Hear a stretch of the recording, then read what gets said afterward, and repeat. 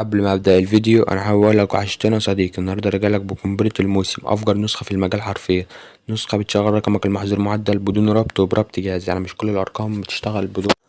اكتر الارقام دلوقتي شغاله بربط جهاز عادي. نسخه بتعكس رسائل حظر الارقام، فيها ميشن جماعي اللي كل الناس طلبته، فيها حاجات اقسم بالله مميزات لاول مره. فكل اللي عليك تصلي على النبي في الكومنتات وتحط لايك على الفيديو وتشترك في القناه وتفعل زر الجرس علشان يوصلك كل جديد. طبعا لو انت اول مشاهد ليا على القناه هتدخل كده على متجر بلاي. طبعا بعد كده تدخل على محرك البحث، بعد كده تبحث عن تطبيق اسمه فك الضغط اللي هو الابليكيشن الاخضر ده. طبعا دوت لازم يكون معاك عشان انت لازم تكون مثبته عشان تعرف تفك النسخة اللي انا بقولك رقمين في رقمين. طبعا عندك كده تعالى ندخل على النسخة دي اللي هي ام او واتساب. طبعا التحديث ده انا كنت منزله من حوالي شهر كده، وبعد كده انا وقفت اصلا النسخ وكل حاجة، فرجع لك بالتحديث الجديد نسخة اقسم بالله اخر اصدار. طبعا عندك دوت شكل النسخة اهوت، دي حاجة جمدان. عندك هنا اول حاجة هنا خلفية الفيديو، يعني عندك هنا أول خلفية فيديو في الواجهة، وعندك هنا طبعا تاني خلفية، وعندك هنا طبعا تلات خلفيات. عندك مثلا هنا التلات نقط دولت اللي هي بقى البرايفسي وكل حاجة. عندك التلات نقط دولت اللي هي إخفاء الشتات. عندك هنا طبعا إضافة أكتر من حساب. عندك هنا طبعا وضع الطيران. عندك هنا الوضع الليلي والوضع الفاتح. عندك هنا طبعا هيكون وضع الشبح. وطبعا عندك هنا اللي هو التلات نقط دول الخصوصية وتحديثات الواتساب والإضافات وجدولة الرسائل والرد التلقائي. طبعا كده يا صديقي لو دخلنا على اللي هو الشات، شكل الشات يعني أقسم بالله حاجة طرش من الآخر. طبعا عندك شكل الشات، وعندك طبعا خلفيات برضو فيديو في الشات. طبعا عندك تلات خلفيات فيديو، حاجة أقسم بالله دمار يعني. طبعا هنطلع كده ونضغط على التلات نقط دولت. طبعا بعد كده هنضغط على اللي هي إضافات ام او. طبعا عندك هنا يظهر معانا الواجهة دي اللي هي المميزات والحماية والخصوصية والسمات والإعدادات وشاشة الرئيسية والإشعارات بقى وإصدار الرسايل ومؤثرات التنقل وكل حاجة. طبعا هنا عندك هنضغط على مميزات الام او. طبعا عندك هنا شكل النسخة حاجة جمدان. عندك هنا طبعا حول التطبيق. عندك هنا طبعا الإصدار آخر إصدار. وعندك هنا طبعا قناة اليوتيوب متنساش إنك تشترك وتفعل زر الجرس وتكتب كومنت إيجابي تدعمني فيه. وعندك هنا طبعا قسم الجمدان. عندك هنا طبعا بتصفي أي روم بتكة، تعمل ميشن جماعي، تعمل رابط المشبوع. عندك هنا طبعا خلفيات فيديو في الشات وخلفيات فيديو في الواجهة. عندك بتحرق أي نسخة بمكالمة. عندك هنا أعرف مين رفعك أدمن، يعني لو أي حد رفعك أدمن بتعرف مين. عندك هنا طبعا إعادة التوجيه في 10. عندك هنا عرض الكي بي اس في الدردشة.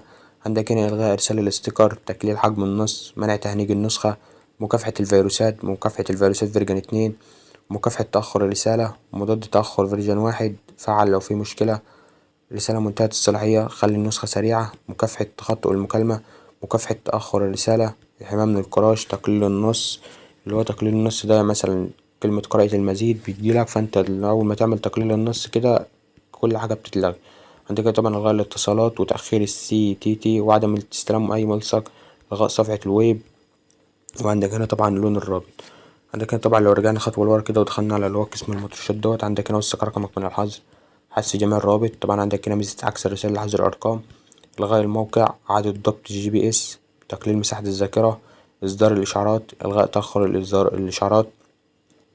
عندك طبعا إعادة توجيه لأكتر من مرة، إخفاء الأرقام الغير محفوظة، عدم رؤية الدردشات، حد أحرف الاسم، تخلي الاسم من غير، يعني مثلا عايز تحط الاسم بتاعك، الاسم في أي واتساب يكون من 25 حرف، انت عايز تحط الحروف اللي انت عايزها. عندك هنا طبعا الحماية من الخريطة، رسالة غير مقروءة، مكافحة تباطؤ الرسالة، وضع إلغاء الصورة، عدم استقبال أي صورة. عندك خد أول رقمين من الباسورد اللي هما يكونوا 5 5.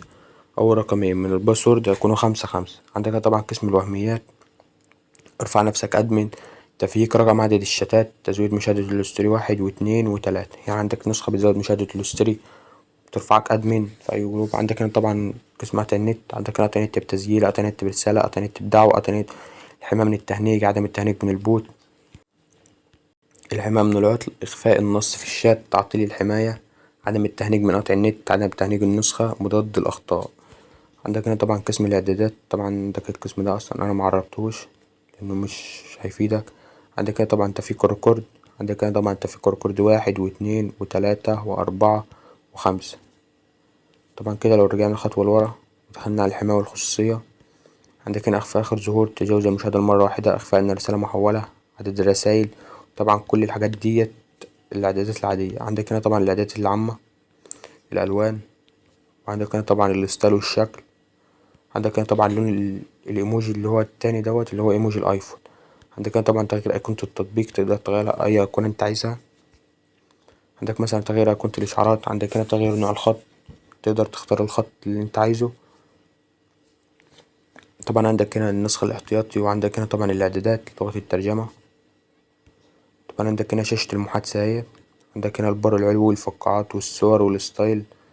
وعندك هنا تفضيل الرابط، التواصل المباشر، التأكيد قبل إرسال الملصق، الشكل الجديد لوجه زر المرفقات، إخفاء التاريخ والاسم عند نسخ الرسالة، إخفاء أيقونة الجانب المشرف، إظهار إشارة المنشن في المجموعات. كل الإعدادات دي احنا عارفينها. طبعا عندك هنا السمات اهيت. عندك مثلا تقدر تخلي السيم الفاتح. طبعا أنا هخلي السيم الفاتح وأوريك السيم الفاتح. طبعا عندك ده بقى شكل النسخة. عندك مثلا هنا الإشعارات. طبعا عندك هنا إشعار إنك أنت متصل، إشعار إظهار الإشعارات مع الصورة الشخصية.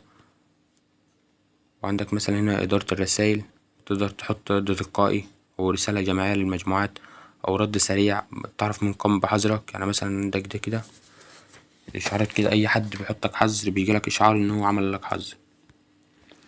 طبعا لو رجعنا خطوة كده ودخلنا عند النسخ الاحتياطي. طبعا وعندك هنا تنظيف المخالفات، وعندك هنا الويدجت والتحديثات. عندك هنا تحديث النسخة، وعندك هنا طبعا حول التطبيق. طبعا دي كل حاجة حول التطبيق. طبعا لو رجعنا كده يعني أقسم بالله نسخة جمدان، فياريت بقى تقدر. عندك هنا طبعا المجموعات والتحديثات والمكالمات والمجتمعات. طبعا عندك هنا طبعا عندك هنا في الشات اللي هو العلامة ديت، وعلامة طبعا اللايك وعلامة القلب. طبعا التلات نقط دولت تقدر تغير صوتك، يعني بتغير صوتك لإنسان آلي وطفل وشخص تحت المية وشخص بطيء وبالعكس. أقسم بالله نسخة جمدان. وعندك هنا طبعا الترجمة. وعندك هنا طبعا الإيموجي أيفون. وطبعا كده نكون وصلنا لشرح الفيديو. خد آخر رقمين من الباسورد اللي هما يكونوا 6 6. آخر رقمين من الباسورد يكونوا 6 6. أتمنى الفيديو يكون عاجبك، وما تنساش تحط لايك على الفيديو وتشترك في القناة وتفعل زر الجرس علشان يوصلك كل جديد. وانتظرونا إن شاء الله الفيديو الجاي بتحديث نسخة MO iOS. وأشوفك الفيديو الجاي.